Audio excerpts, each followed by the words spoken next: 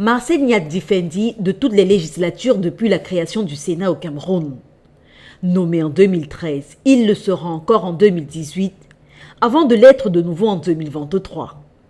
Paul Biya a en effet ce 31 mars 2023 nommé les 30 sénateurs complétant la liste des 70 élus du 12 mars. On prend les mêmes et on recommence avec plusieurs reconductions, 19 sénateurs qui reviennent.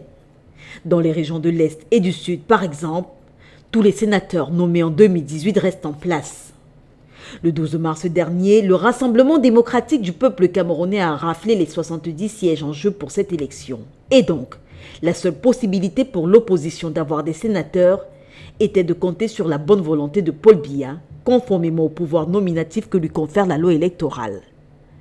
Aujourd'hui, 6 partis politiques de l'opposition sont représentés au Sénat, avec 4 partis connus pour être officiellement des alliés fermes du RDPC, à savoir l'UNDP, l'ANDP, le MDR et le FSNC, soit un sénateur pour chaque formation politique. Les 2 autres sièges sont accordés à l'UPC et au SDF de Nidjon Fundi. Et parmi les 11 nouveaux venus, on remarque la présence de Robert Nkeli, ancien ministre des Transports, et de Emmanuel Tchatoué, PDG de la chaîne Canal 2 International. On note également des filiations avec Seydou Mbomo Djoya, ancien président de la FECAFOOT et fils du défunt sultan roi des Bamoun Ibrahim Bombon Djoya, qui lui aussi fut sénateur.